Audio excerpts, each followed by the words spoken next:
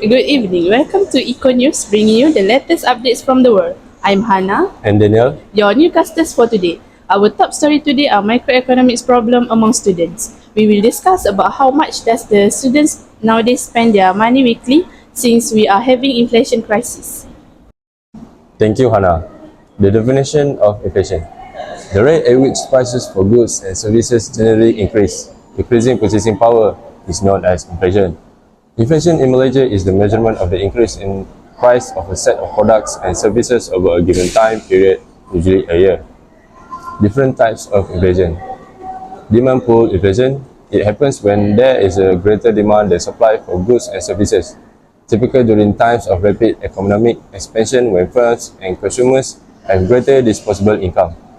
Cost push inflation. The reduction in the supply of products and services due to rising production cost is known as inflation. May result from increased costs for labours, other inputs, or raw materials. Built-in inflation. It happens when companies raise prices to preserve profit margins to following pay increases. This phenomenon is also referred to as a wage price inflation. A cycle of growing salaries and prices is then created when workers seek higher wages in order to keep up with rising living expenses. The inflations of imports. Results from increased import costs for products and services may happen as a result of a local currency devaluation or price hikes from overseas suppliers. So now we are going to live at UiTM Penang, which is we have a member there, Hannah. Hi, I'm Hannah, your newscaster for today live at UiTM Cawangan Pulau Pinang. So now I will be interviewing some students about how inflation affect them. Hi, what's your name? My name is Muhammad Nakiuddin Aizam. Are you a student? Yes, I am a student. Do you work or no? I'm works as well as a part-time worker and a part-time student. So now I will be interviewing about some topics which is inflation among student. Inflation affects among student. So how much do you spend a week? I spend a week about 100 ringgit for food, transportation and entertainment.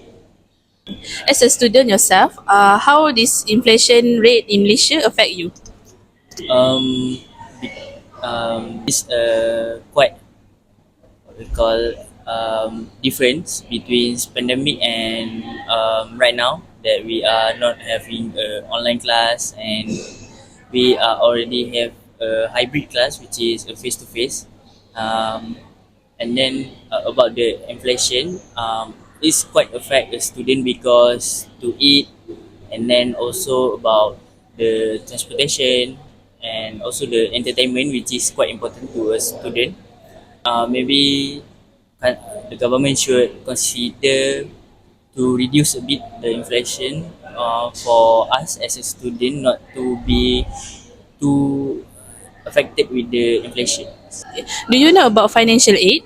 Yes, I'm aware about the financial aids. And for me as well as a part-timer workers, I also have a KWSP account and EPF account which is have a bit of saving for my future retirement. And about the student savings, I'm also have a loan with a PTPTN which is I need to be settle it down after I finish my diploma. Hi, what's your name? My name is Nurain Hanna.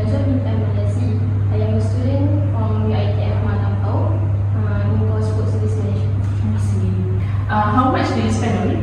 I spend about 100 ringgit in a week for rent since I am a resident college, so I don't have to worry about it. For food, around 70 ringgit and the rest for entertainment. I see. The inflation rising in Malaysia, how does it affect you as a student? The cost of living now are very expensive since the inflation rising. So I spend around 40 ringgit for food. Right now, 70 ringgit for the pizza. I see. Do you know about financial aid? Yes. What about your financial aid? My financial is from my parents and I also have a saving. Thank you. Thank you, Hannah. So now I'm going to pass to our newcaster, Aina. Hi, I'm Aina. How government can combat this problem by using two tools from public policies, which is trade policies and supply side policies.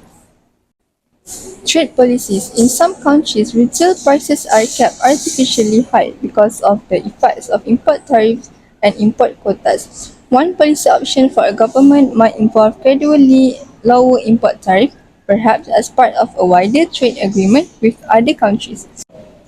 Secondly, for supply side policies are measures designed to increase the competitiveness and efficiency of the economy, putting downward pressures on long-term costs and therefore helping to control inflation. These policies might include government tax relief for business investment and also state funding to fast-forward major infrastructure projects in sectors such as transport, energy and power supply, telecoms and healthcare. Now I will be passing to my partner Aqilah. I'm Aqilah, your newcaster. There are several steps to improve economics performance within Malaysia, including diversifications of the economics. In order to mitigate the risk associated with commodity price fluctuations and foster innovations, Malaysia should diversify its economy by moving away from traditional sectors.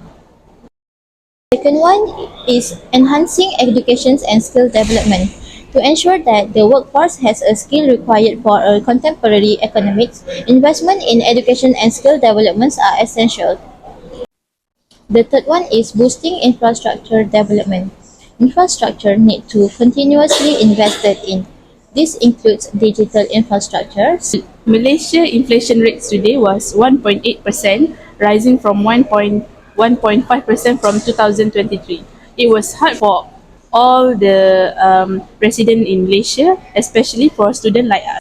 That's all for today from us, Eco News. Please take care of yourself until we will meet again.